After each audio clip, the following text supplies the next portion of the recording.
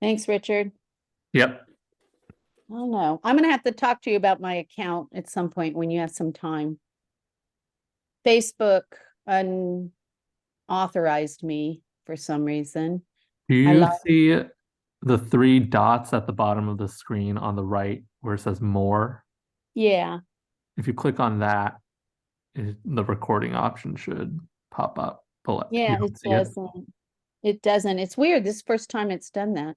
Okay. But Well, I think it's recording on my end. yeah, it is. I think you're good. And I heard it, and it sounded actually like Sharon. It was a nice voice that indicated that we were actually recording. And I had the option of bailing out if I didn't want people to see my ugly face. Okay, well, I have it right now on speaker view. I'm gonna pin me for half a second. I guess I just want to start by opening with obviously this horrible tragedy that's going on in the Middle East is blowing up. I did make a comment and, sent out a note to membership at the start of this thing. Of course, now, who knows what's going to happen in Gaza. And also I do support the people, the Palestinians in Gaza and the West Bank, and hope that this thing does not further blow apart. But I don't know. I don't have a whole lot of hope that this thing isn't going to get a lot worse before getting better.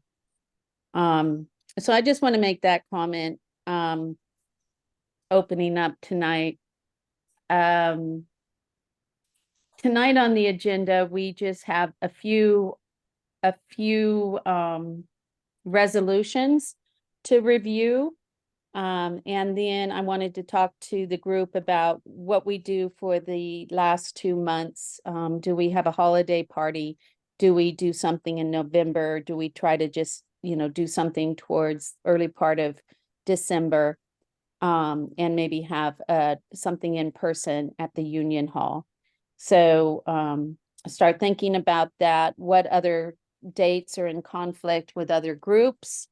It would be nice to be able to coordinate this with San Ramon, Contra Costa, and some of the other folks in Alameda County to see if we can get people to the hall.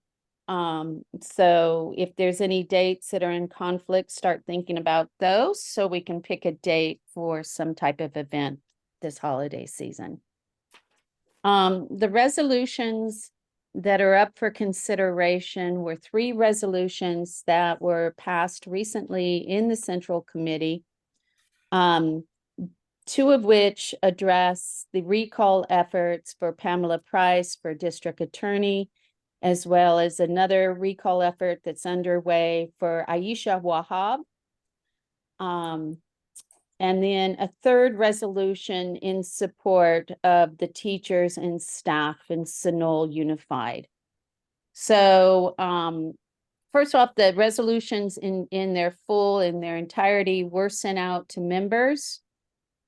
I'm just going to bring each one of these resolutions up, give you an opportunity to read through it, and then there can be open discussion, and then we can vote on these resolutions together. Or if you wish to pull one of these and have further discussion, you can have an opportunity to pull one of the resolutions or all of the resolutions or whatever else. So first off, the first resolution was in regard to recalling Pamela Price, the district attorney. It's important to note that this recall effort was started before she was even DA. So when it announced that she was running, there was some talk about a resolution to begin with. So that's something to consider when you're looking at these resolutions and why this, it's not necessarily that everybody in the Democratic Party was endorsing Pamela Price. We know that that was split amongst Terry Wiley's supporters and Pam Price supporters. But when it came before the Central Committee, they were more concerned about, overturning a democratically elected candidate and the efforts that were put forth before she even had an opportunity to do anything in office. So the resolution reads, can you guys see this? I'm having a hard time seeing it on my screen. Not the whole thing, it's just the left. Jackie, we half. see like, oh, there we go. Oh, there it is. Is that Now it's better? good. Okay. Yeah. Okay, so the resolution reads, whereas it is unreasonable to recall a public official who is elected by decisive vote of the people of Alameda County, especially someone who took office a very short time ago and has not had adequate time to implement the platform of which she was elected.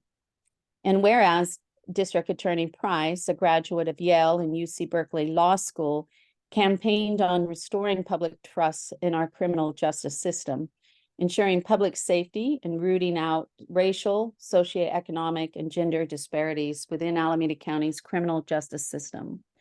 And whereas seeing the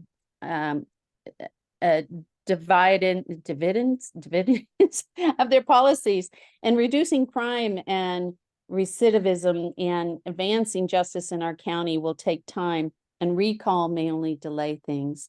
Therefore, be it resolved that the Alameda County Democratic Party condemns the efforts to recall District Attorney Pamela Price for a few months after the voters of Alameda County chose DA Price in a decisive election, before her policies can even be the desired impact, and be it further resolved that the Alameda County Democratic Party shall provide support for educational and electoral efforts to the campaign to stop any potential recall of our elected DA. The authors, both of these individuals, actually all of these individuals are from the Central Committee. Michael Barnett, Alyssa Victory, and then all of the sponsors that have signed on to this. This did pass in the Central Committee by 84%. I believe the folks that voted against it weren't really voting against Pamela Price per se, but they spoke about the way this resolution was written and maybe the timing of the resolution. But regardless, it did pass. Any comments or questions about that resolution before we go on to the next? And you can have a chance to poll any resolution before we vote on this. Do you need a motion? We don't need a motion now. Unless you want to poll this resolution from consideration. No, I was gonna move to adopt it. Okay. We can adopt all of them at one time. So unless there's okay. any objection at this point, we can move on to the next resolution. Okay. I would hope we And- would vote on each one individually, please. Would you like that? Yes, Okay. Who said that, Greg? Greg moved to it's vote Greg. individually? please. Okay. Then, do I have a second on Uh, that? Don't we get to discuss this? We sure Don't we get to can. discuss this, Jackie? Absolutely. I had a hand up, and I got muted. I didn't. Okay. I would like to know what the people who are bringing the petition to have her removed from office, what arguments are they using? Do we know what they are? What do they tell voters in order to get them to sign the petition? And what are we I to tell saw voters? somebody at Lucky's today with the petition, and I actually just stopped and mentioned that the Democratic Party did not support it, and then he turned away from me and just started talking to other folks. So I'm not really sure what their argument. I know that on the news, what we see on the news is a lot of people complaining about her dropping special enhancements. In other words, yeah. gang enhancements, gun Right. enhancements, those enhancements. And obviously people that have had, have their family has had somebody killed by gunfire. There's a lot of people on that side that are calling for the recall, but who actually started it? Because it was started before she even went into office. They were already starting to get their Well, the stuff together. question was who. The question is, what are they telling the voters as the reason for this? The reason that I've seen is that there was a case of an infant shot on a freeway drive-by, Yeah. and they got the guy who was the shooter, and he had enhancements dropped. And what do we say to voters who might come to us and say, why should we keep this district attorney? And I'm just wondering, what are we going to tell them? Well, She's it was reduced the part jail. of her campaign, I understand, that she campaigned on this idea that enhancements were preferentially applied only to blacks, were intrinsically discriminatory. And she says that she would exercise, during her campaign, she basically said that if elected, she was going to look long and hard at the overuse of enhancements in her role of exercising prosecutorial discretion. So I'm against this recall for that reason, that she hasn't, she's not doing anything beyond what she promised to do in her campaign. She's not demonstrated any illegal behavior or incompetence or other misbehavior that would merit a recall. The opposition is simply coming from those people who don't like her policy on enhancement. And that is exactly what Igor wrote to all of the clubs, was exactly that she ran on this platform. She's doing what she ran on, and you either, you can not like that and vote her out next time, but it's not justification for a recall. And then when we get into the Aisha Wahab one, that one's even more ridiculous. But anyways, Van, I think, did you have a comment? I saw you lit up there for a minute. No, I just was wondering if they were raising the issue of her employment of her friend. You're breaking up, Van. Her boyfriend. Oh, I was saying, yeah, her boyfriend, she employs her boyfriend in some capacity as an advisor. And I'm wondering if that's an issue that they've raised. I haven't heard that one, but I think Breaking that up. was something new that was just started to be reported. I haven't heard that. I should have stopped and talked to these folks today, but I was trying to get something for dinner before this meeting. So I didn't stop and talk to him. I should have and had a conversation with him. Maybe he'll be out at Lucky's tomorrow. Yes, Ronald. The Chronicle had a good article about a week ago in terms of the summary, and the New York Times also had something about 8 days ago, indicating that primarily it's kind of a left-right issue, that a lot of the people who are behind the recall effort are essentially saying that she is too liberal, that she's essentially soft on crime, that she doesn't pursue the criminals as she should, including one of them that got off, quote, scot-free, which I think is the one that Ellis was talking about. And in essential, essentially the argument is that she's too much trouble to the existing order, and that she's not going to be punishing or using crime and heavy punishment as a tool to keep people in line. So it's an old line argument. You know, it's just it's the left versus the right. And some of these people are upset because some of their old buddies are going to be kicked out. She's doing a house cleaning and getting rid of some of the old stodgy characters that are there. And this house cleaning may entail as much as 20 to 25% of the existing staff. Yeah. And so I think this is riling up some people also. And this was a major component in the Chronicle article. Yeah, I agree entirely with that. This should be an easy one for us.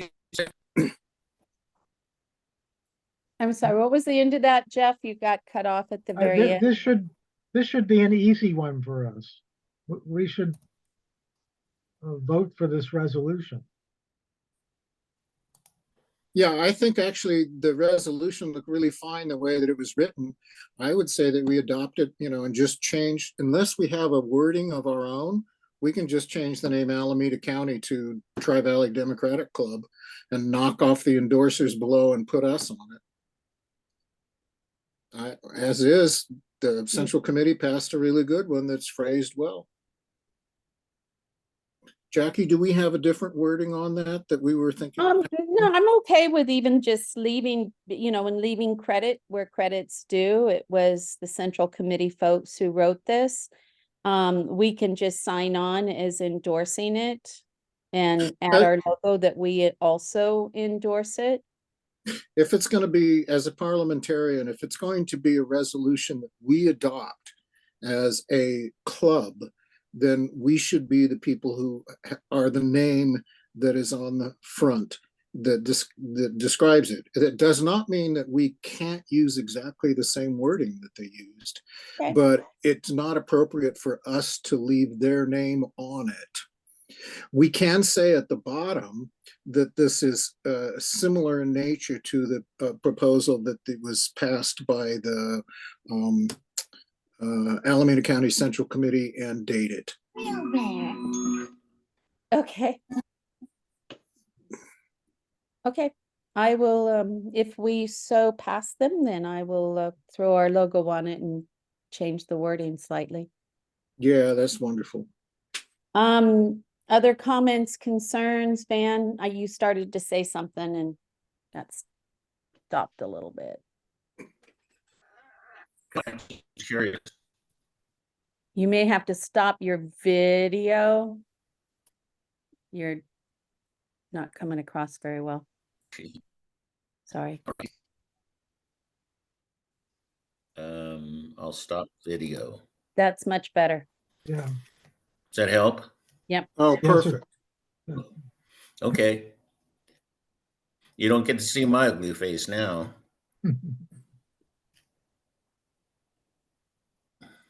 Any comments, Van? All right, so On the wording, Van, in particular? Richard has his hand up. Thanks, Van. I just want to add some more context and sort of answer Ellis's question, but also address some of the things that other folks have said. Jackie, I also saw them for the first time yesterday, the petitioners on the recall effort. Yesterday, I was in Pleasanton at Trader Joe's and I saw them gathering signatures, and their general thing is just, oh, you know, crime has gone up since she's been in office, crime hasn't gone down. Which I mean is a objectively true, but like if you just look at the numbers, but it's a much bigger story than that. I mean, look at the entire Bay Area, look at what they did to Chesa Boudin out in San Francisco, and he was recalled over a year ago, and they installed Brooke Jenkins as a follow-up district attorney who is pretty pro-cop, pretty status quo, and has crime really gone down in San Francisco? No, in fact, if you look at the numbers, they've gone up, but nobody says anything. Nobody really mentions that. And you look at what's happening in Alameda County, and I'm just going to say it's really, really hard right now to be a progressive elected official anywhere in the Bay Area or the state or the country, but particularly progressive women of color, and particularly when it comes to public offices dealing with criminal justice issues. Pamela Price has had many town halls in person and virtual over the last couple of months to do community outreach, and a very large misconception in talking to people has been people think that the DA is a cop when the DA is not a cop at all. The DA can't make arrests or be out in the field. And if you look at our clearance rate in Alameda County, which is the rate in which a homicide case actually results in an arrest and being solved, we're looking at around 30% countywide, which means 70% of homicide cases, the DA's office can't even do anything about. They can't bring charges because no arrest has been made. And even if you make an arrest, it's up to the sheriff's office to then bring over an arrest report to the DA's office for the DA to then figure out how to make charges, what charges are appropriate, and it's all done in a very short time frame. And there's a lot of legalities to it that like people in the community don't necessarily understand or maybe want to understand. And I want to just touch on this that was brought up earlier, which is I don't particularly think this is a left-right issue. This is a status quo versus change issue, because there are a lot of Democrats who have worked in the DA's office or have connections with the DA's office or previous DAs who are very much in support of this recall effort. And I hate to name names, but you look at the way that the previous DA, Nancy O'Malley, has treated Pamela Price and her administration. They have left her with basically no infrastructure, no org chart, no contacts, no access to any accounts or anything. It's taken a long time for them to figure all of those details out. And you look at some of the names behind the recall effort. Yes, a lot of them were behind the Chesa Boudin effort, but also Terry Wiley has been behind this effort, trying to drum up support. And we hosted Terry last year when they were both running for this seat, and he's a very nice guy. He has a lot of experience. But what has he done in the community since he lost that election? Have we seen him in the community? Have we seen Nancy O'Malley in the community? And I think that says a lot to where the intentions and the motivations lie behind this effort. And so for all those reasons, I would strongly support us supporting this resolution. Thank you. Well done, Nicely Richard. done, Richard. Thank you. Nicely said. Let me remove the pen from you. Okay. Anybody else? Comments about for, against? So I would like to make a motion to adopt this resolution and modify it as Ron stated, that it's from the Tri-Valley Dems that we're signing on to this resolution as written, with the exception of changing the name from Alameda County to Tri-Valley Democrats. Do I have a second? Second. Thank you, Jeff. Second. All those in favor say aye. Aye. Aye. All those, Aye. all those opposed? Anybody? Aye. I'm sorry, who was that? Was that Greg? Did somebody oppose? Anybody abstain? I abstain. Sharon, you want to abstain? Does Ellis want to abstain as well? No, No, I'm in favor of the resolution. Okay. So it passes with one abstention. Last chance if there was a no. Okay. The second resolution, very similar, except I think the reasoning behind this is different. Mhm. So the second person they're trying to recall is State Senator Aisha Wahab. And recently, just to give you a little background in this, recently Aisha was the author of a caste discrimination bill.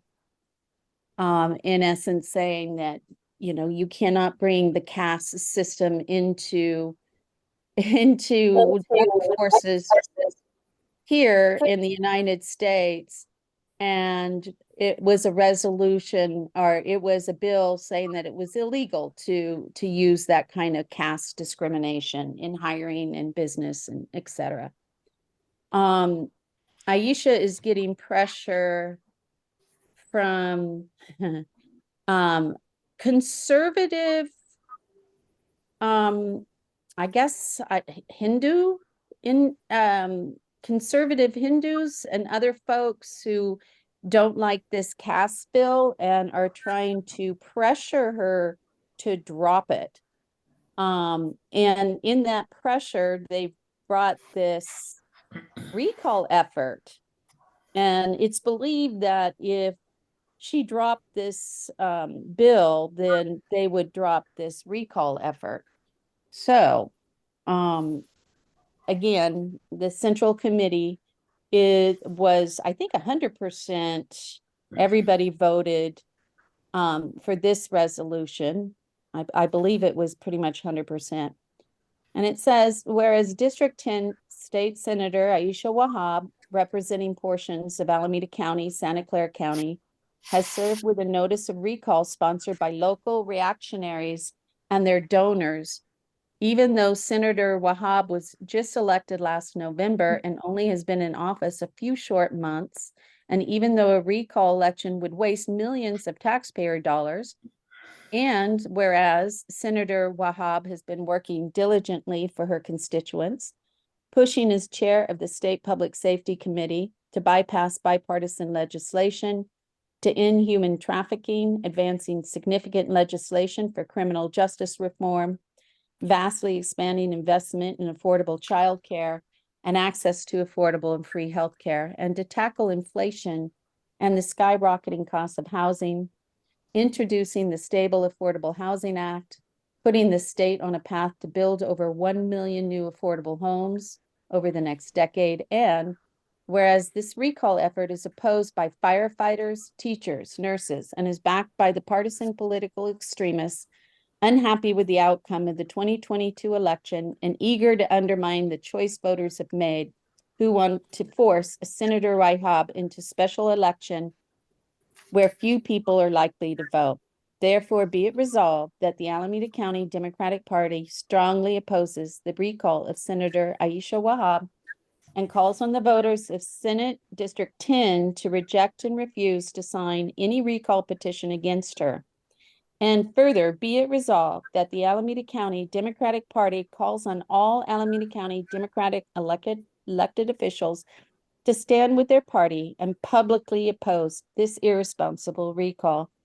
And this one was actually written and sponsored by Igor and past chair Robin Torello. I'll open it up for comments in support or against either one. Richard? Thanks, Jackie. Also, a little more context on this. SB 403, which is the caste bill that Senator Wahab was carrying, since the Central Committee adopted this resolution, that bill did pass the legislature and went to Governor Newsom's desk. He vetoed it, unfortunately, at the last hour. His justification was he didn't see this as a necessary bill. He didn't see it as something that was needed. Take from that explanation what you will, but it's pretty clear now, since Senator Wahab can't drop the bill now because it's passed and the legislative cycle's over. The recall's going pretty full steam ahead, unfortunately. And same question that Ellis asked, Richard, since you're probably a lot more in touch with this.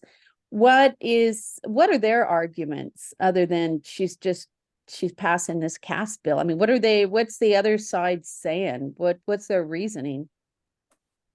It's really funny. And this comes from Senator Wahab herself. She says that her opposition has mainly been campaigning on the line of, oh, she doesn't really do much for public safety. And it's sort of almost like the same uptick in crime thing that they're going after Pamela for, which is ridiculous because she is a state senator. She's not really. And if you look at her record and the bills that she's introduced this year as a first-term state senator, she's actually introduced quite a number of bills regarding public safety, and she really takes pride in that. But that's the line of argument that they're going with, because they can't come out and say, oh, we're for discrimination on caste. So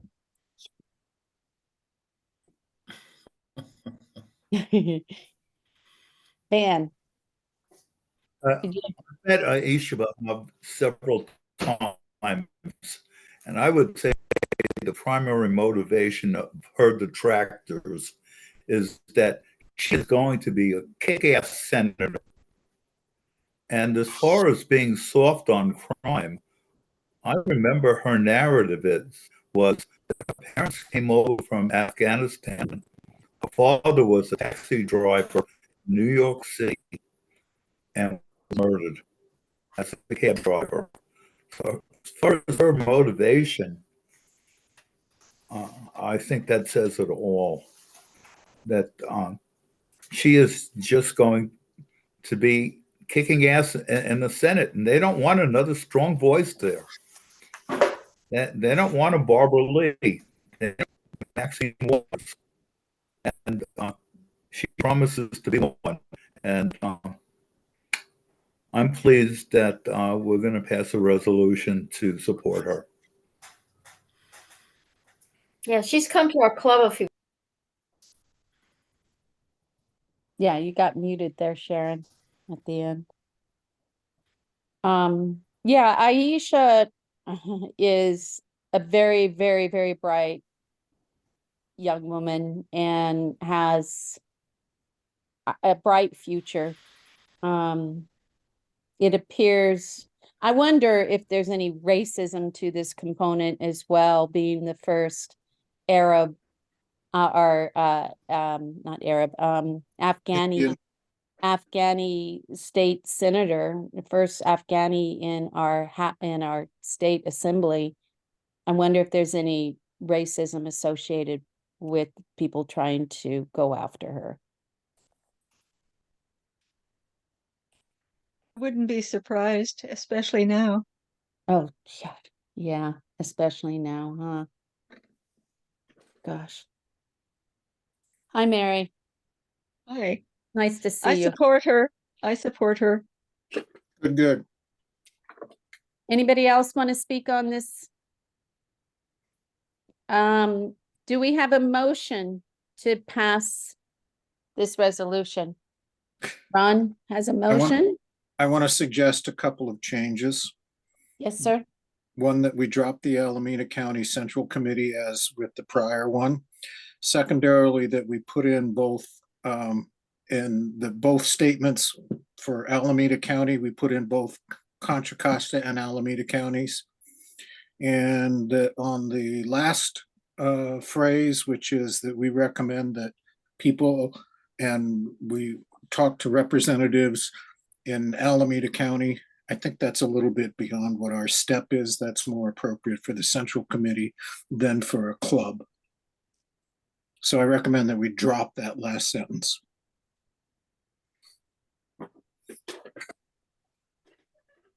Okay. Is there a second? on Second, making I'll those? move.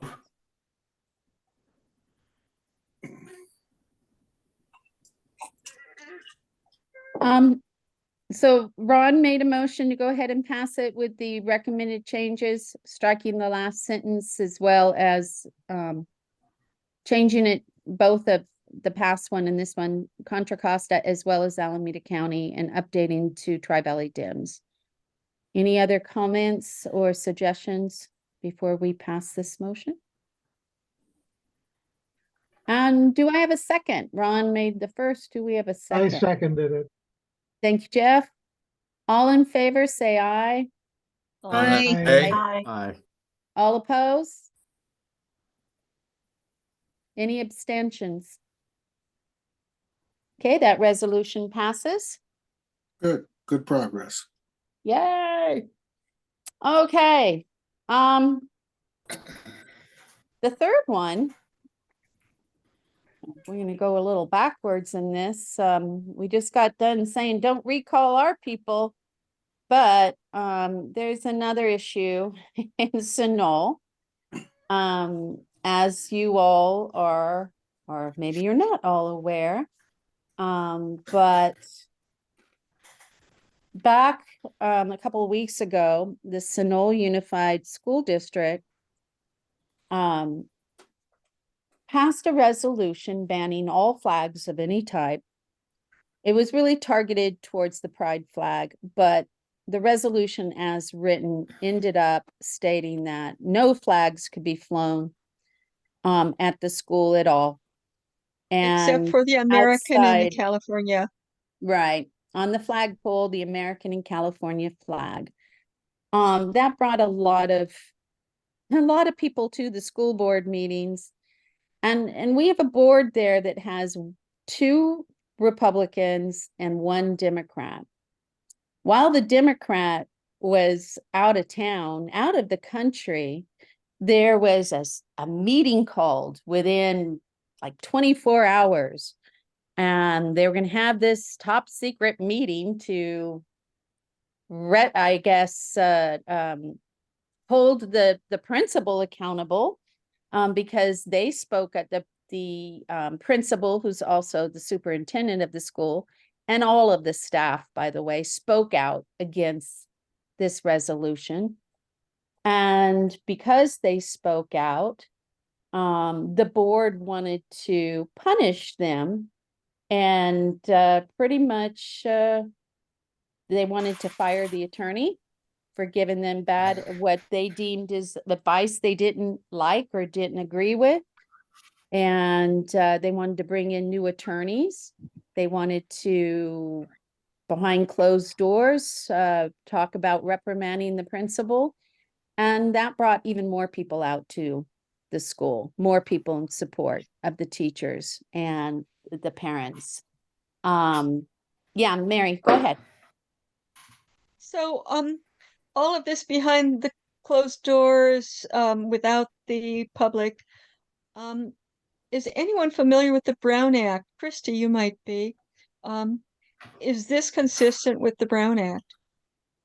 Personnel decisions cannot be decided in public. Pardon? Personnel decisions can't be decided in public. They have to be behind closed doors. They can't, basically hold any personnel decisions, including firing No, and dismissal. I'm talking about the flag thing. Well, the flag thing was done in public. Oh, okay. The flag thing was done in public. What happened is when the teacher and all the teachers and the principal spoke out, they were only allotted like 20 minutes for the entire time of this discussion. And the teachers were being cut off. The principal was being cut off.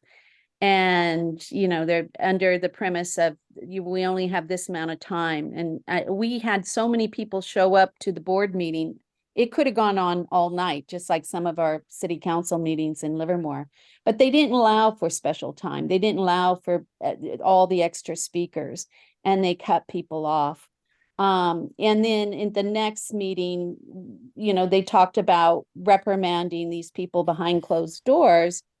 Like Van says, you can't talk about personnel issues, but what it looked like to the public was, these 2 people just going in and making their own decisions and ignoring the teachers, ignoring the families, ignoring the principal, ignoring the parents of the teachers, and just going to vote the way they're going to vote.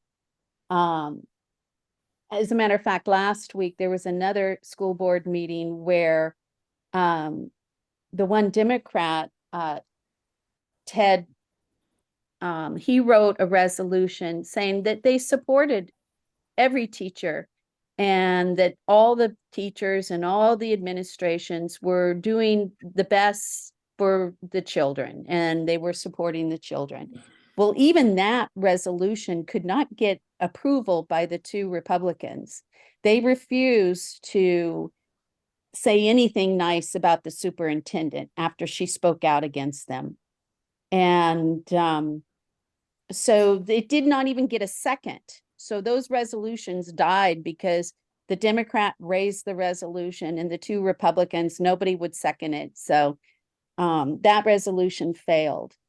So the resolution that was written by the Central Committee is in essence supporting the teachers and the parents of LGBTQ families and supporting the Democratic trustee and saying that we're gonna, if the Democratic Party goes after a recall of their own and tries to recall these two school board members, that the Democratic Party will stand behind this resolution and do whatever we can to support the efforts.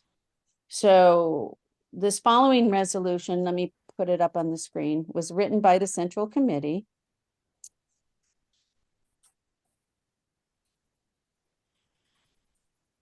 And Richard I know you still may be on the phone. Is there anything you want to add to this?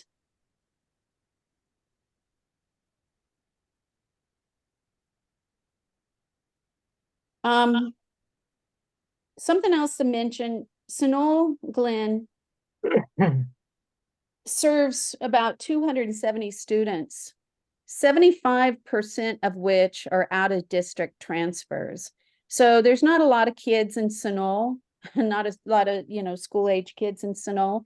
So most of the kids come from Livermore or Pleasanton or Fremont or Castro Valley or other areas. So the parents who make up, the children who make up these, the district, their parents can't even vote in this district. So only people that live in Sunol can vote on these school board members, even though most of the student body comes from outside the district. And So most go on to schools in Pleasanton. Correct. I think when they hit high school, right, Van, Sunol only goes up to 8th grade. So it's kindergarten through 8th. And then once it's high school, they go to Amador Valley or Foothill.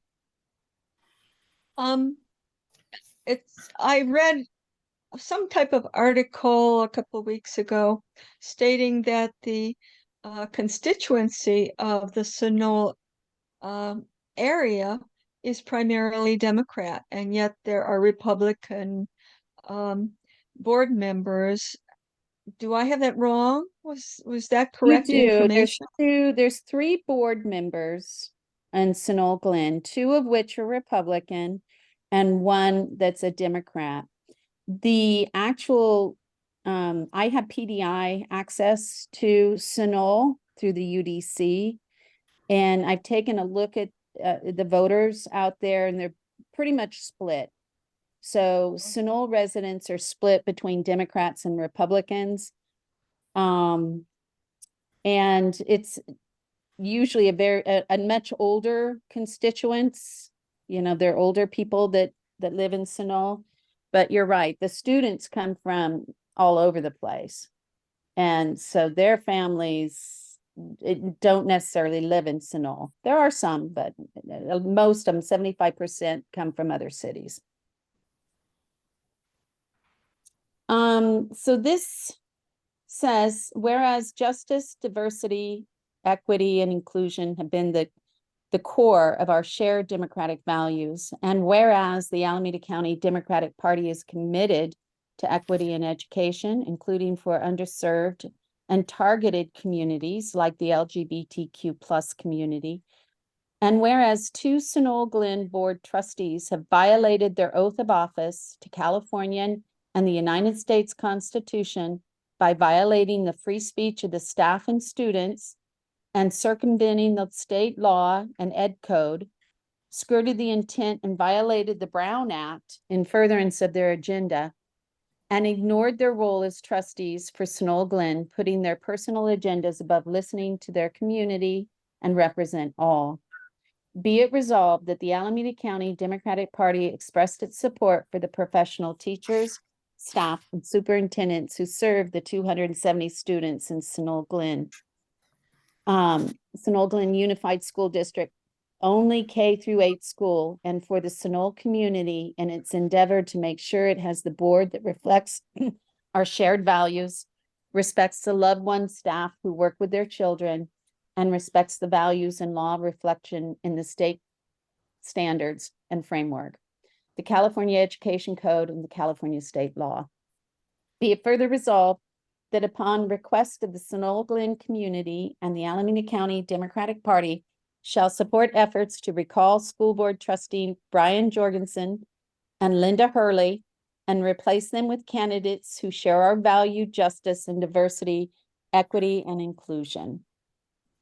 And you can see here Cheryl Cook Callio, the Honorable Cheryl Cook Callio from our district, has been actively engaged in this, not only sponsoring this resolution, but working with the teachers association. I forget which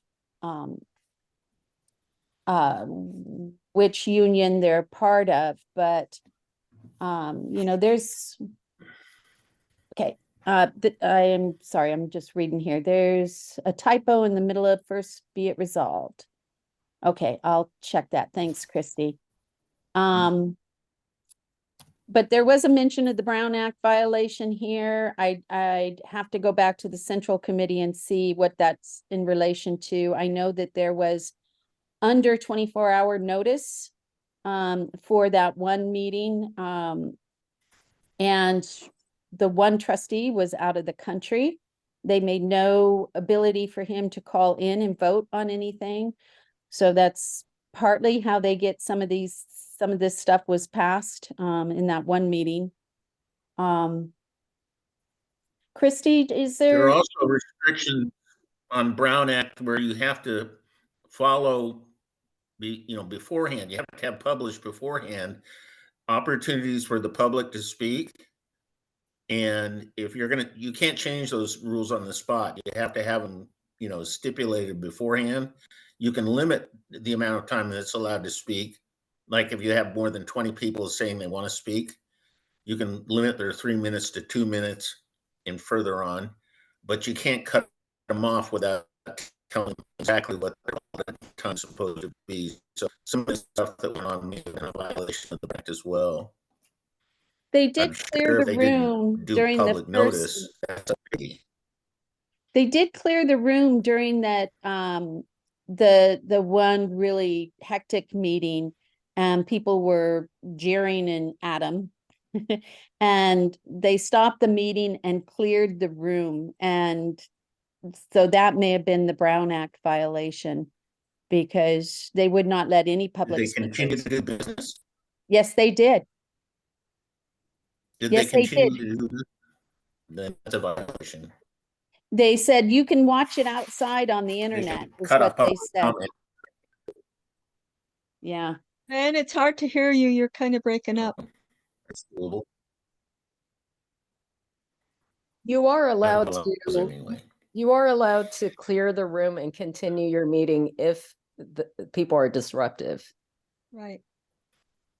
And I wasn't there, so I don't know how disruptive they got. And that's a subjective call. And They also tried to which- clear the press, which I Which- think was the one real shocking thing.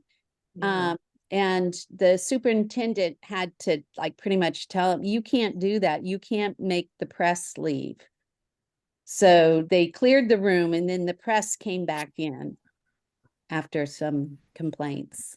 Out of curiosity, which contingent was creating the uproar?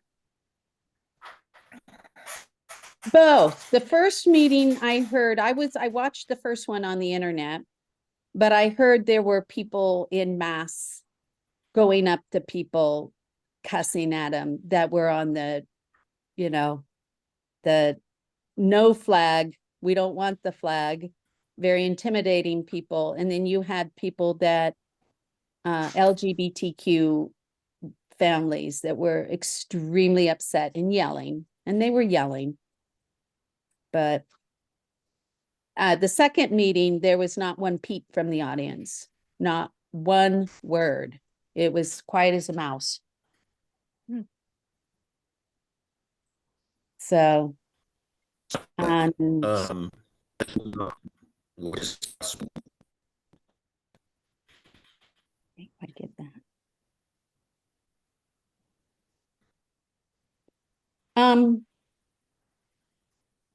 Like I said, there is talk about the recall. If there are recall efforts from the Democratic Party, the Tri-Valley UDC will help with any kind of lists or data or texting or any kind of mail pieces or anything like that, voter registration, whatever the plan is, will be involved in helping. I think that the rule is, if I remember correctly, you need 10% of the voters to sign a petition for a recall. And I think I read that about the Pamela Price recall earlier. So 10% of the voters in Sunol, and they may even be by districts.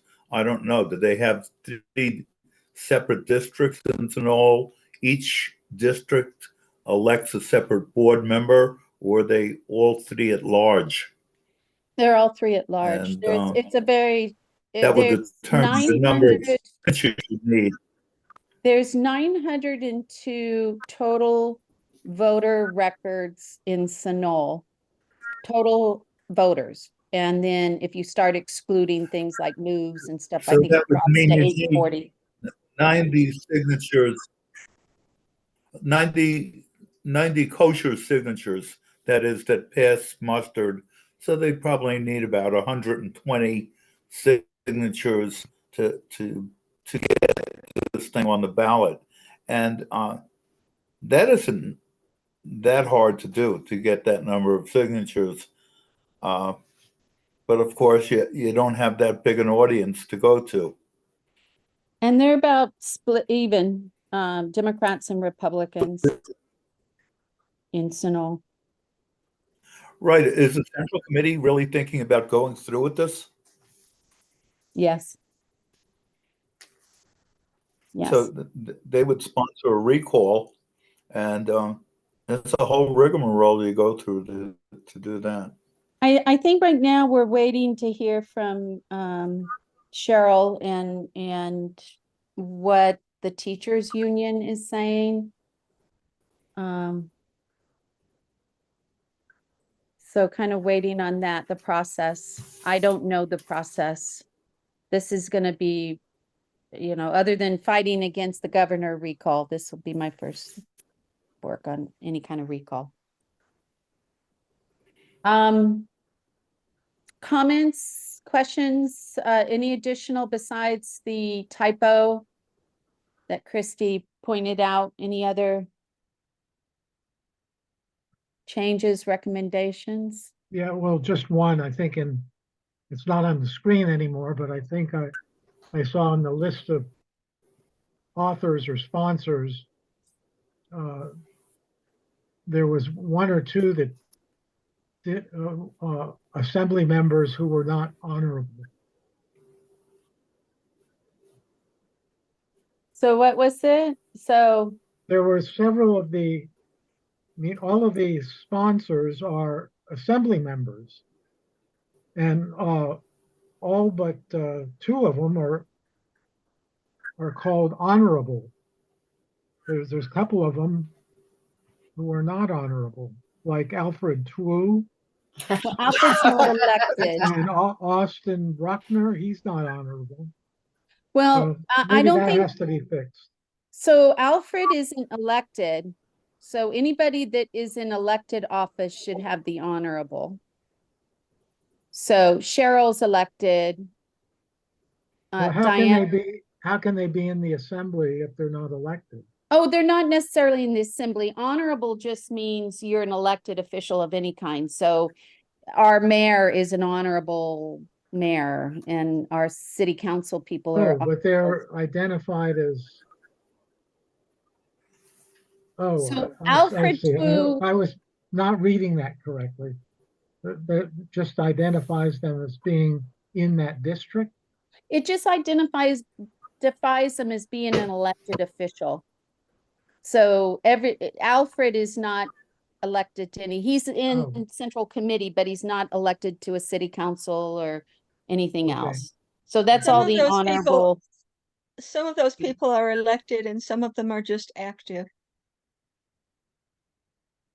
Okay. Well, like Igor, even though he's party chair, he's not elected, so they don't ever put honorable in front of him, even though he's the most honorable.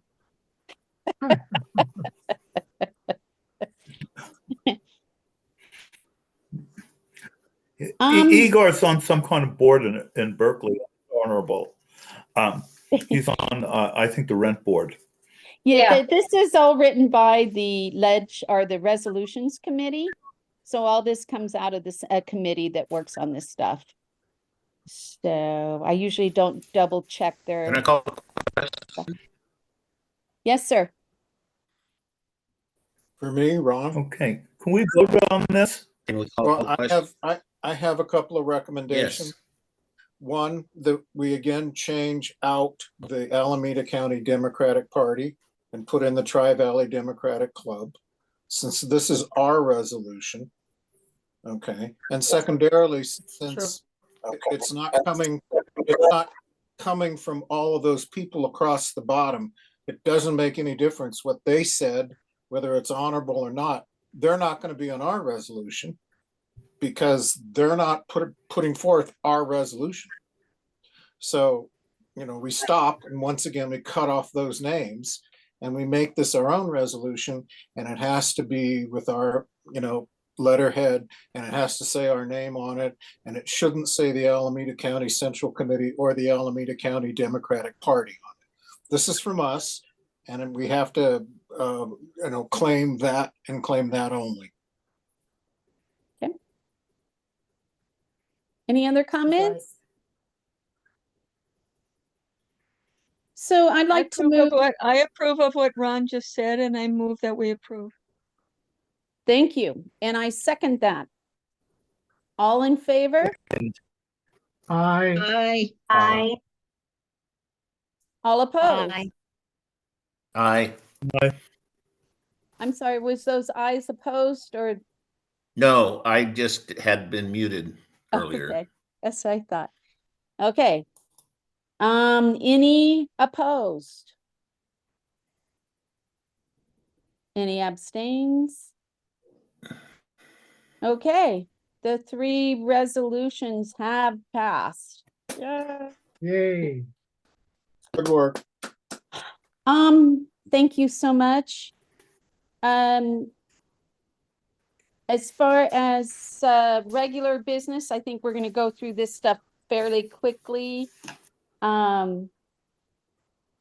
Reminder, on October 28th, the Alameda County Democratic Central Committee is having a fundraiser, their Unity Dinner. It's the biggest fundraiser that they have of the year. And this year, the Tri-Valley Democratic Club has been chosen as Club of the Year. Woo! So our club will be honored at this event. Yay! So if you can attend, I know it's kind of pricey. It's expensive. I did send out the information in the MailChimp today. if you're able to attend, come and root us on. We can all be at one table. I'm coming with my husband. I know Richard is attending. Anybody else that can attend, that would be great to show our club spirit. Also in the emails that I sent out are some actions from Swing Left. So if you have time to do some postcarding or would like to make some phone calls, there's lots of activities available through Swing Left. So take a look at those. And Van, I saw your note in the Independent about the changes to solar. I don't know if you want to speak to the group about that and some of the changes that are going on in the state. And I'd love to hear it. yeah. Then, Yeah. I didn't attend the CPUC meeting, and so I haven't heard the result of last Thursday's session. That was going to be looking at the solar tax. So, don't know what's going on there. Virtual net metering is still up, for consideration. That's the one that and a number of other things need to be done to basically allow for solar on multi-housing and on farms, at least where you have multiple pumps pumping water. So there's all kinds of things going on there. I just came before this, and I was saying the District 2 housing element for this Board of Supervisors. They're basically talking about the bond measure that's coming up in 2024 for consideration. And that's going to be a heavy lift.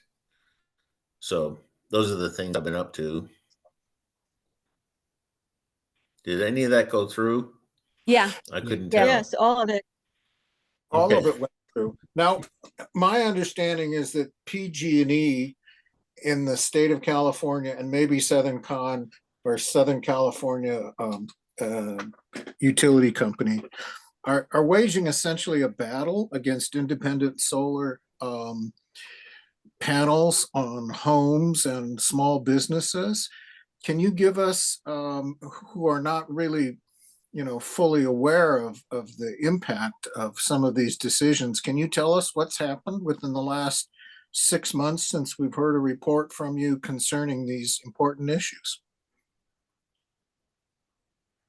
Well, one of the things that's gone on, and basically, I think it was June 30th, is that if you didn't have solar on your roof at that point, you basically would be under a new net agreement. Would mean that you'd be selling your electricity generated from your solar system to PG&E, at wholesale prices, and they would be taking any or charging any electricity from PG&E at retail rates. And so all of the incentives for going solar away.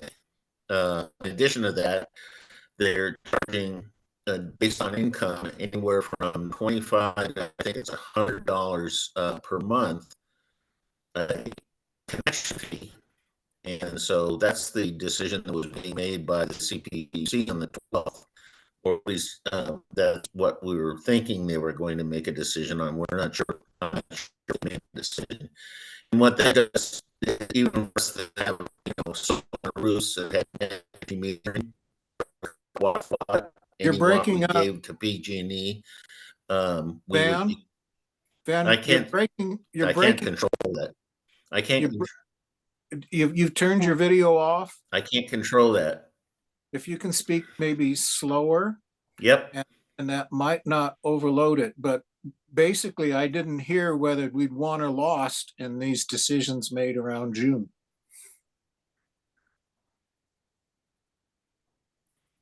Well, that decision was already made. This change of the net energy metering decision. It's now called net energy metering 3.0. And that was the Okay. one that took away basically all the incentives for solar. And in addition to that, they're charging now a solar system a connect fee, unless you're completely off the grid, and nobody with solar has that, or very few people. If you're connected to the grid, they're going to charge you a monthly fee. And like with my home, I generate so much electricity more than what I need. I get it, they call it true up, Okay. $400 a year. But now they're going to charge me a connection fee in addition to my electric bill of about $50 a month, which means that they're going to get another $200 out of me. So this Van, is that's horrible. not Basically, the difference grandfather. between 400 and 600. So Van, I thought that some No, homes not the could be connection fee. grandfathered, It's all so been, it's gonna mess up everybody that the was connection fee already applies on. to everybody. Yikes. So in essence, they're buying But back Your your connection energy fee for nothing. is connection.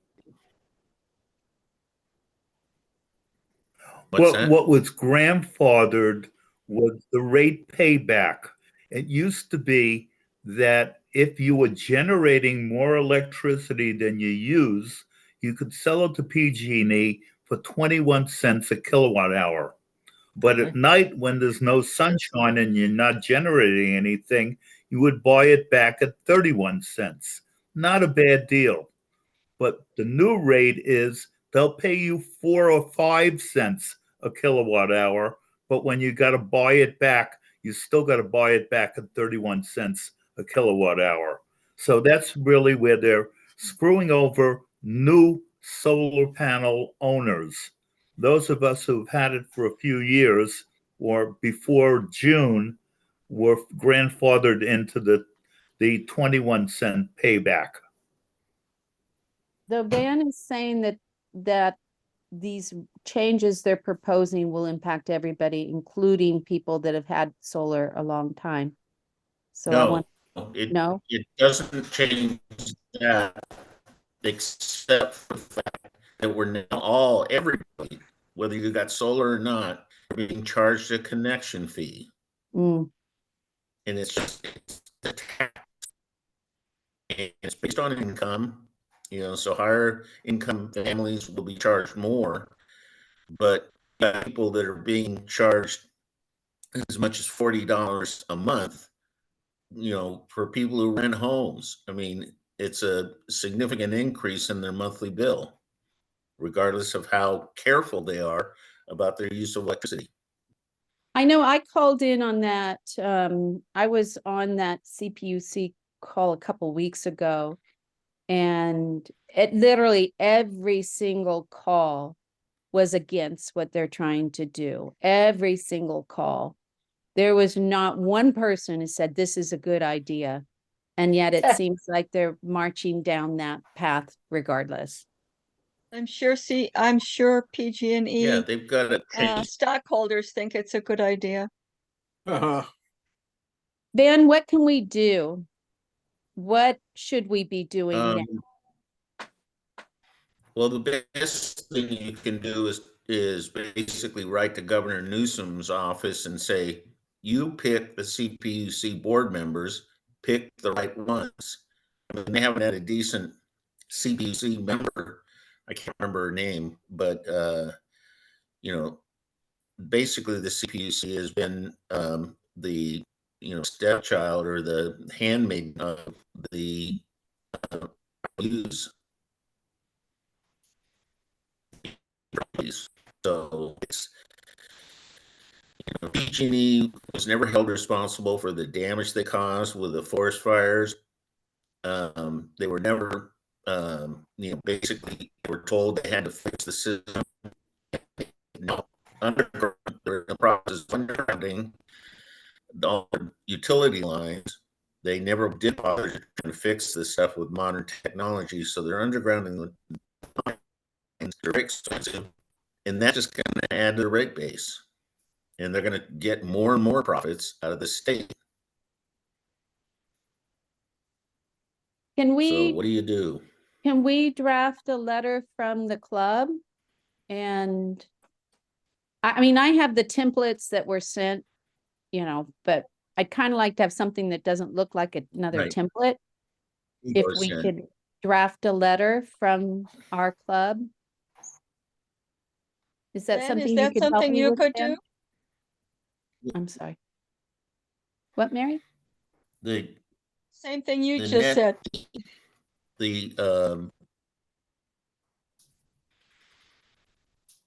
I don't know if the rule changed yet. If CPU's decision on the attacks, then that's it.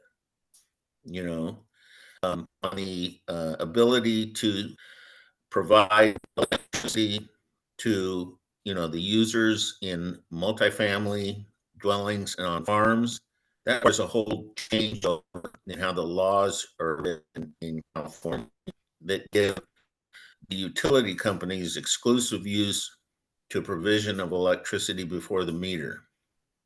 You know, the only ones that can, you know, provide users of electricity in this state electricity are the utility companies. The only thing they offer us is, you know, trading watts and in charges when you have solar. Unbelievable. There's nothing like killing the industry. Well, you know, they're greedy and they're, you know, they basically were taken over by hedge funds, you know, during the fires, you know, that basically made PG&E bankrupt, but the investor owned, or I should say, you know, the banks came in, the investor, you know, class came in, took over PG&E, and they pushed hard to get whatever money they can out of the system, and that's just the way it is. Ugh. They're killing me. Can I add a little more history Yes, from sir. sort of a personal basis? One of the players on my tennis team that I captained was one of the lawyers for PG&E, and he resigned from his position because going back, I don't know, maybe 10 years, there was a change in the way that they did their maintenance. And he said that maintenance, especially in the forested areas, was cut back in a very, very dramatic fashion. And at that point, he said that he couldn't really continue to work with the company because it was just simply irresponsible. So for one of the mouthpieces for PG&E to quit out of conscience, I think there must have been something pretty bad going on in terms of the decision making. And the forest fires are most likely the result of, and the disasters that are similar are most likely the result of a very deliberate decision to cut way back on maintenance. So PG&E right Well, now it's even worse are than the that bad guys. because there were fires that occurred down in San Diego. What's that? A little slower. In San Diego County, in Southern Yeah. California, San Diego Gas and Electric had forest fires in their mountain regions, and they went and implemented technology that was very valuable in preventing those kinds of recurrences. And PG&E simply refused to implement that technology, and they had numerous forest fires that they were responsible for, you know, and held billions of dollars in liabilities for. And basically, Wall Street came in and, you know, backed up their financial difficulties, and, you know, some ownership of PG&E, and basically made a money pot for them, you know, since, and they're tough with the legislature, and they're tough with Newsom as well. So unless somebody can write an expose on how the utilities have run California, there's not much many people can do for it. You know, these little skirmishes that we do in microgrids, you know, they fight us every step.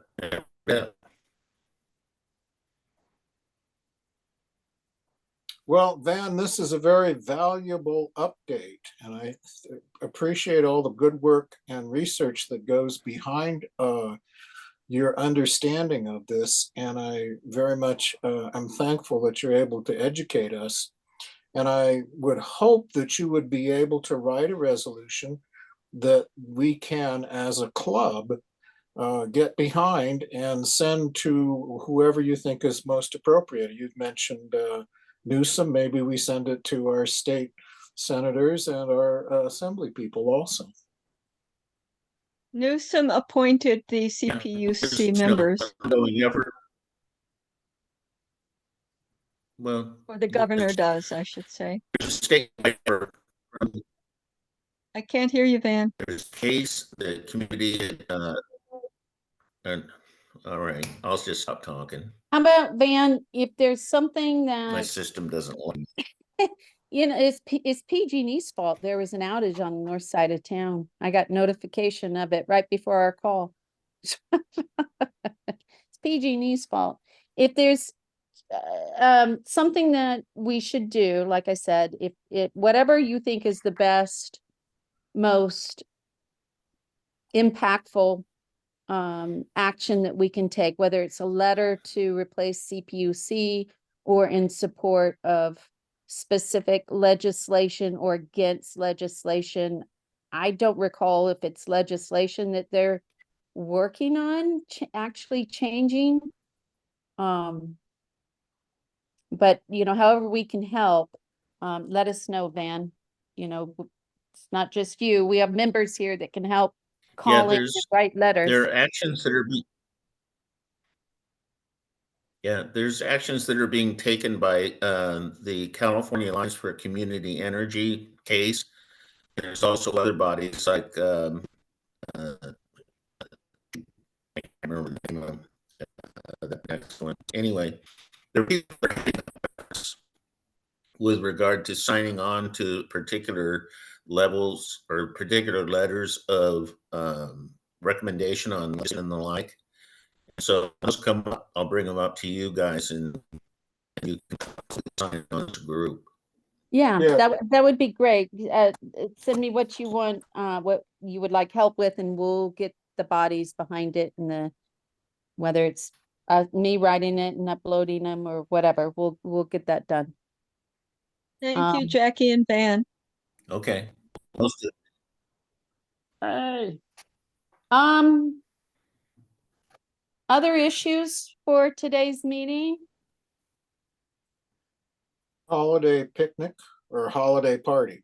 Yeah, let's talk about that. My thought was maybe only having one meeting between November and the end of December and doing a holiday party, since, toward the holidays with Thanksgiving and stuff, usually people are traveling.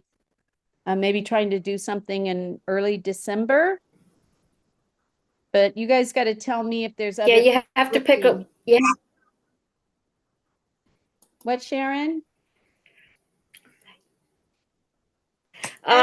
Usually we pick a weekend to do it, maybe an afternoon, so it doesn't like a Saturday or a Sunday in December. And I think, and Alan can help me with this.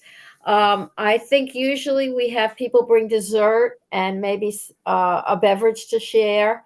And Alan, I don't remember, did we charge people or not?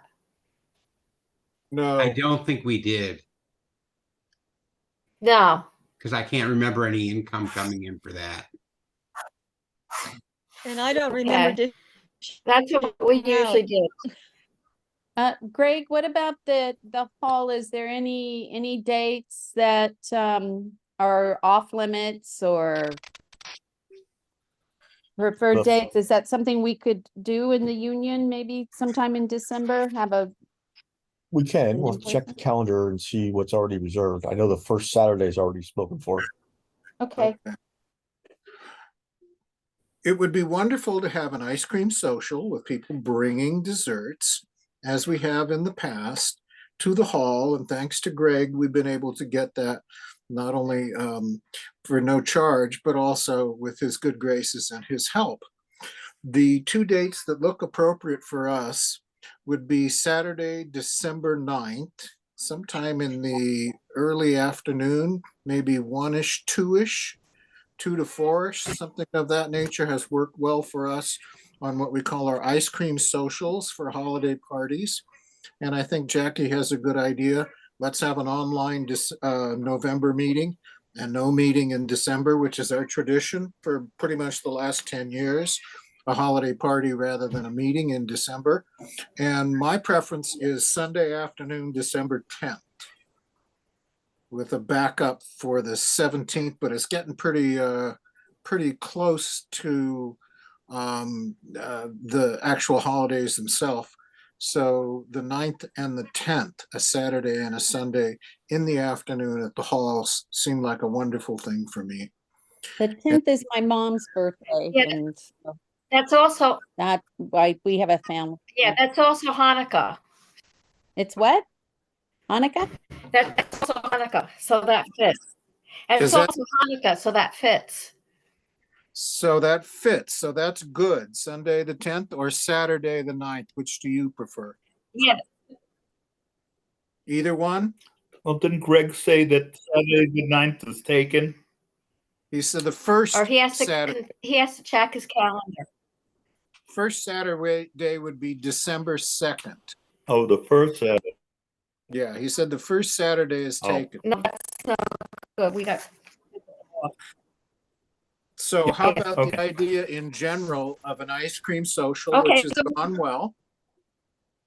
Is that something that you would get behind, our head of That's- hospitality? Could you that's say a it lot again? of work. That's a lot of work. A lot of An work. ice cream That's a lot social? of work. Okay, so It's not summer. I volunteer myself and my wife. Do we have any other volunteers to help? In the past, we've had Betsy. Yeah, of course, I'll make a dessert and I bring know we send out something. usually something. Ice Okay. cream may be a little hard in the winter time. Everybody, Yeah, But it's sort of a generic Desserts. for desserts, ice cream social. We could But call they it do it. We could call it Sweet Holiday Sunday. I like that. Sweet Sweet, holiday. except the Sunday part. My mom's birthday's on the 10th, and she's gonna be like 90 this year, and I'm sure it's gonna be a big event. So so we'll do it Saturday then. yeah, Saturday would be better. We'll do for it Saturday. me, just that weekend. Okay, Saturday. Sweet Holidays Saturday. 2 to 4. And Greg Well, will- let's first, Ron, let's And first Greg will see if check the his hall's even calendar. available before we get too ahead of our Right. skis. So let's put that out there as a tentative date, if it's available and it's not in conflict with other folks. So Sharon, maybe you can reach out to the San Ramon Club and see if we're in conflict with anything there. We'd love to have our San Ramon folks. I don't think they don't have December meetings. They don't have December meetings. Since this is a potluck, I'd like to reach out to the San Ramon Club to just join us for a potluck. You bring stuff, we'll bring stuff, we'll all eat each other's stuff. Desserts, Ellis, not I think we're gonna do desserts instead of a full-blown meals. not stuff. Okay, desserts. Because that gets San into, Ramon Club. you gotta And the other coordinate clubs, who's the got the rice, who's got the meat, who's got the, Yeah, that's too far. And invite, and if you send it out early enough, you invite the electeds. Remember, you used to Yes. send out invitations. Yeah, well, we got a lot of electeds. They like it because they can get up and speak for 2 minutes and it's over. And keep in mind, the main purpose of this was recruitment. We want to say, come on and join the Democratic Club. We have fun. And come on to a party. Yes, And you that's can good. have Ron if you want to, have your band, or Mary Perner. I think you did something at the last holiday party, dance or What? something. you I wore a don't know. Santa hat. Have some interest in it. You wore a Santa hat, Mary. Okay, You're very- whatever. It's Okay. about what I'm good for. My dancing days are past. I think you were Santa Claus one year, weren't you? No, just a Okay. Santa hat. Whatever. Okay, singing holidays. Okay, so we'll hear back from Greg and then we'll go from there. Okay, We'll hear back from Greg and then we'll go from. and 2 to 4, we want to give Greg a time period, right? 2 to 4. Right, because if you do it, Does that include yeah, that's setup and- perfect because it's before dinner and it's after lunch.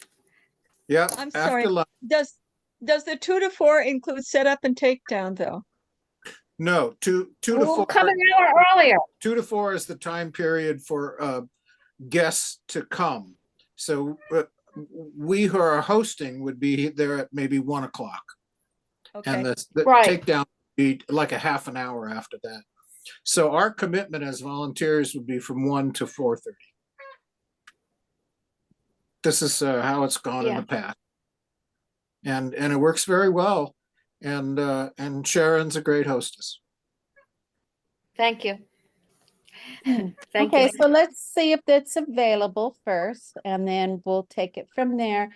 If it's not, then I'll contact everybody and throw out some different dates. Okay. But if you could let me know, Sharon, Ellis, anything going on in Contra Costa that we should avoid date-wise, other events. Let me know. Well, We'll do on the the best we can. We 16th can't always accommodate everything, but Yeah, Yes, sir, yeah, okay? December 16th is a DG triple in the audit, so you're avoiding that. Central Committee. Okay. Richard, do you have any updates from Region 6? I missed that meeting the other day. Oh, So yeah. Richard represented us at Region 6 meeting. Anything else that's time sensitive for this call? Not really. It was a lot of candidates in the region speaking, which we've done as a club, and then talking a lot about the pre-endorsement process and the logistics of how to fill out a ballot, how to submit it. And Jackie, I already submitted mine. So let me know if you need help on submitting yours and really? walking through that Okay. process.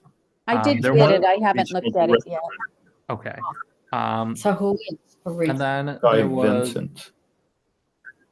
Oh, you might want to mute yourself. Go ahead, Richard.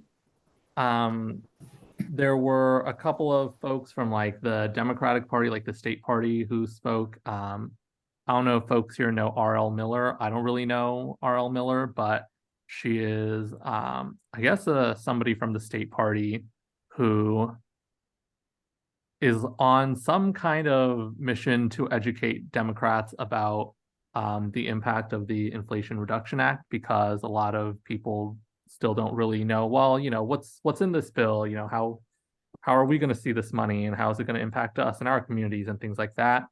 So if we wanted to get her to come speak to us in a future meeting and talk, that if there's interest in that topic, she left us her contact info and I'm happy to reach out. That might be a good subject for next month's meeting. We don't have anything. That might be a good subject. Okay. By the way, Richard was just nominated and brought on as an alternate in Central Committee. So you were already an associate before, now you're an alternate. And who are you an alternate for? Jean Josie, our council member now running for mayor. She is taking over Robbie Kreitz's seat, who is no longer in the district, and she was Robbie's alternate. So it made sense for them to do that. So congratulations, Richard, on that. And since that left an associate position, I am now the new associate. Oh, I'm official now on Central Committee. So Lord help them. Okay. Any other announcements? I don't know if we need to do the full secretary stuff today. Ellis did send his minutes. We have a couple corrections. I will send that out after the corrections have been updated. Anything else, Ellis, that you would like to mention?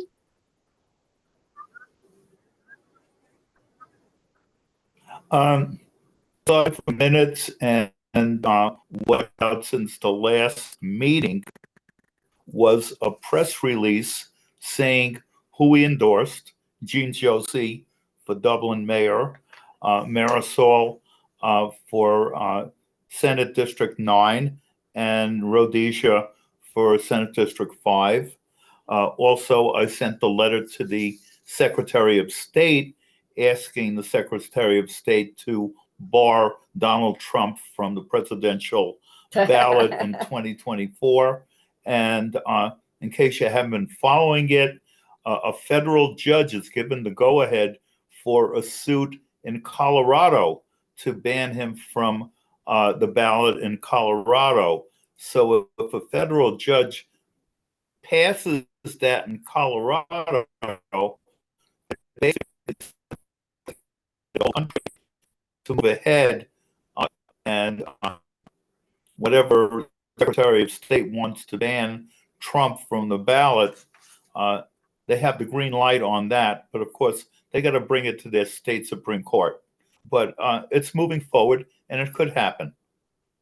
Anyway, that's pretty much a summary of what we did last month.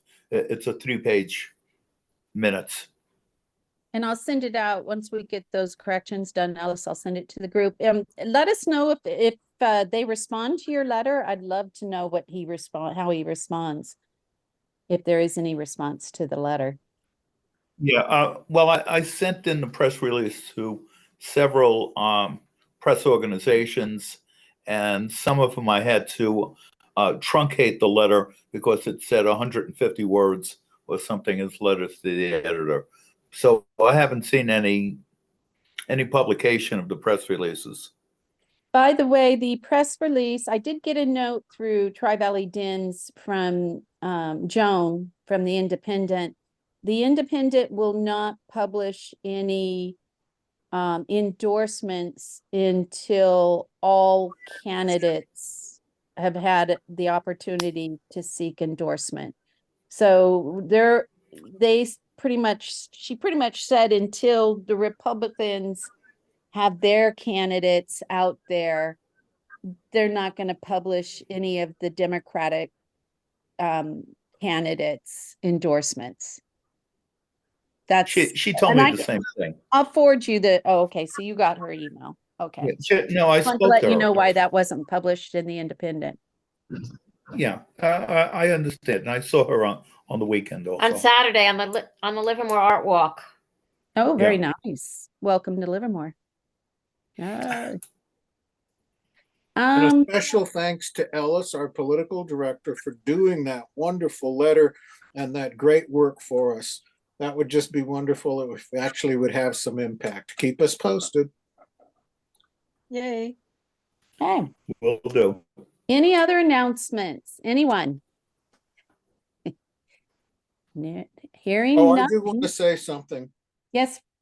And this will be a part of my report as the entertainment chairman of the entertainment committee, that we did have a wonderful picnic at the UDC on the 1st of October that was headed by Jackie, who did so much wonderful work and provided lots of salads and food and tri-tip and all of that stuff. And we had entertainment from my 4 people. We performed for approximately 2 hours. We had 9 or 10 individual speakers, most of them candidates or elected officials, and wonderful speeches by both Ellis and Jackie. People were entertained. In addition, we had cornhole available and croquet available, and people could play pickleball if they wanted to. So there were a number of entertainment options.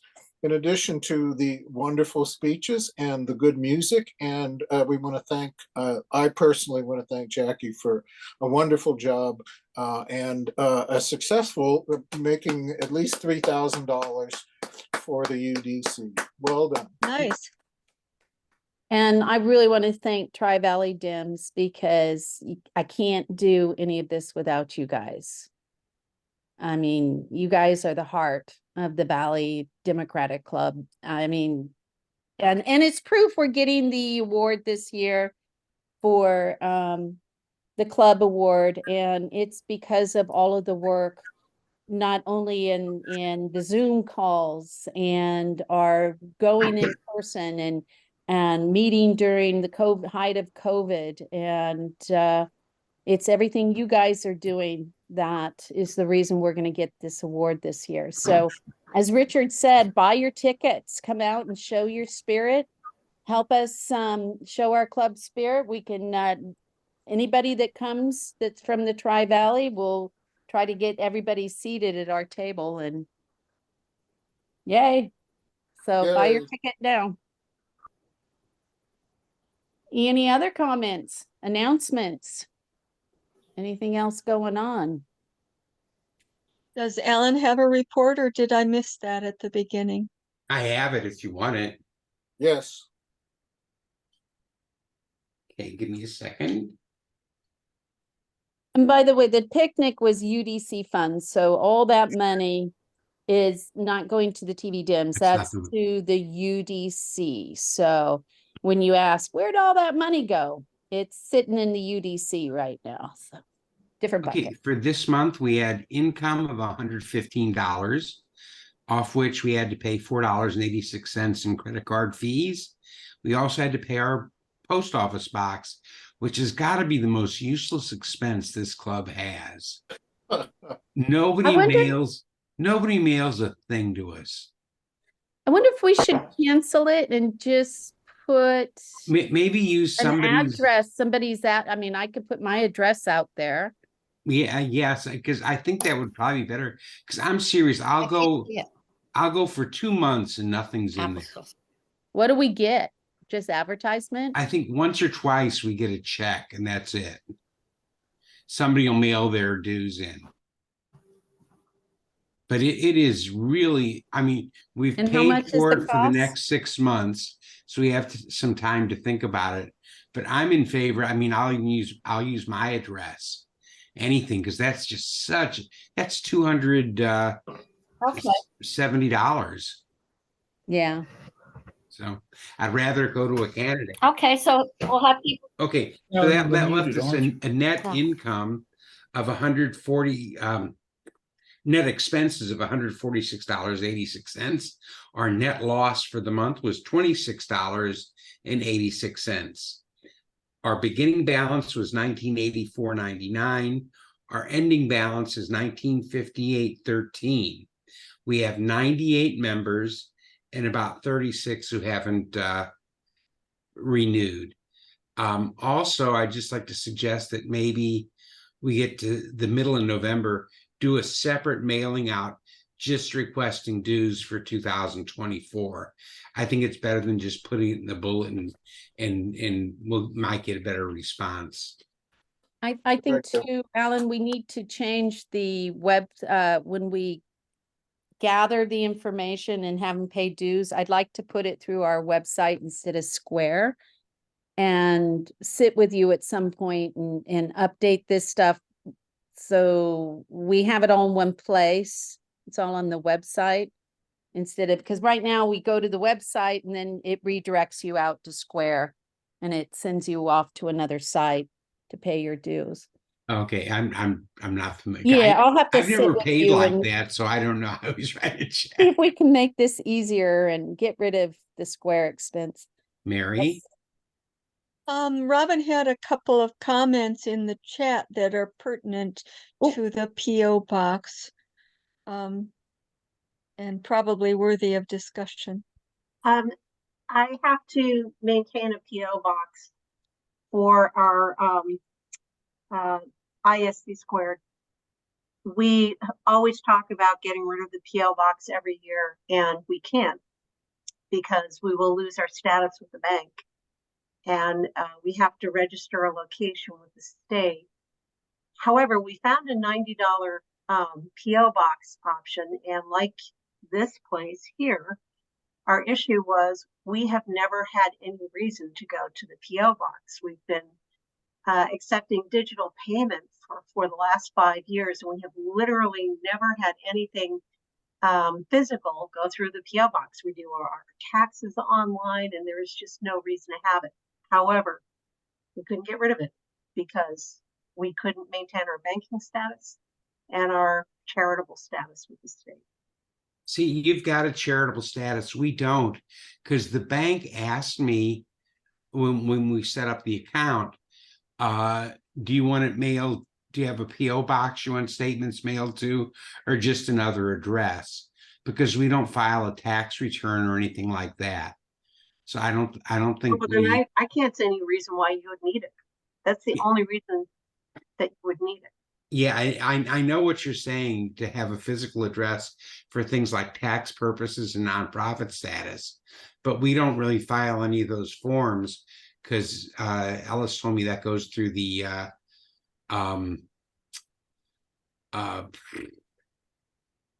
through the Alameda County Club. So we're just working off of them.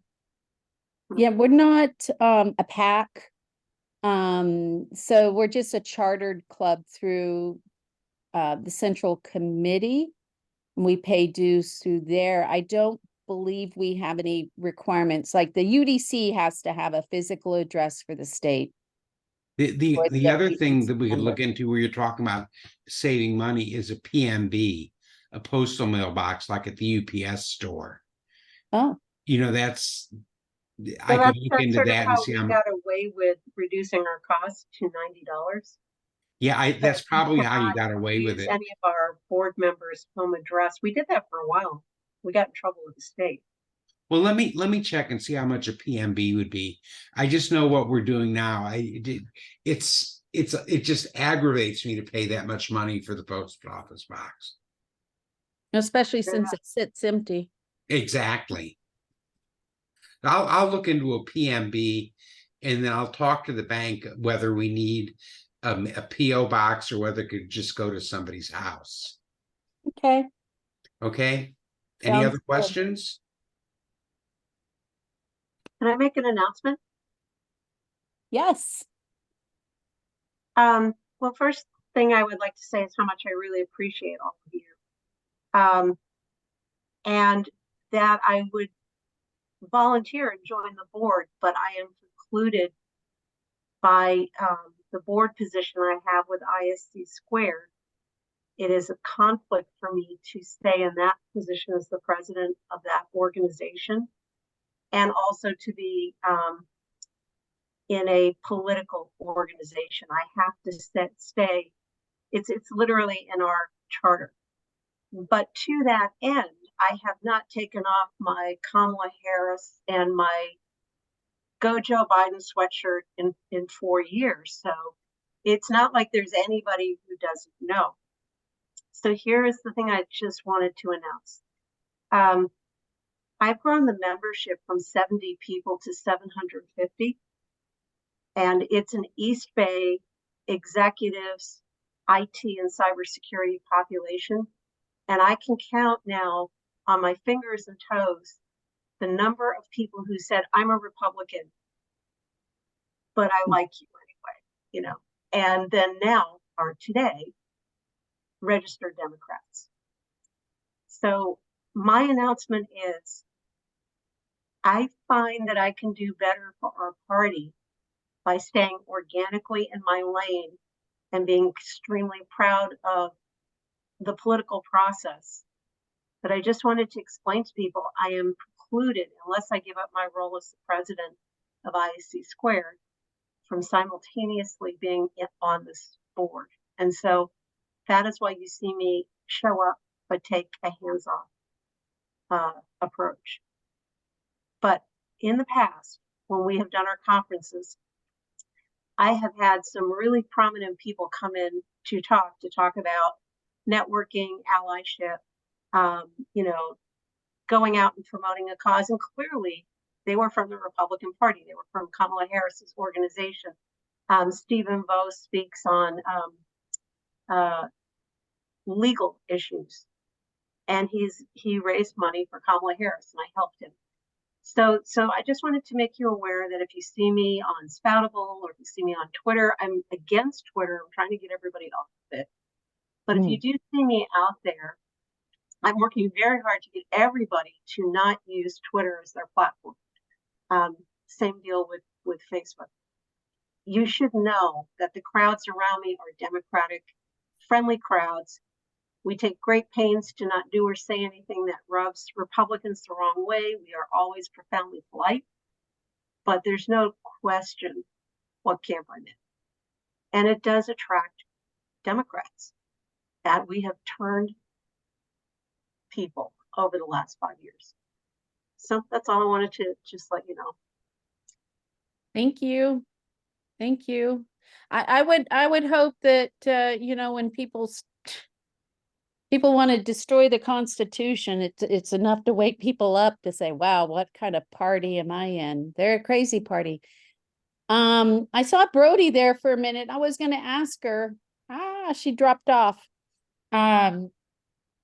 What was happening in her club as far as next month. I wanted to see if we were in conflict, but she's gone now. Brody, are you still there? Oh, looks like she just dropped off.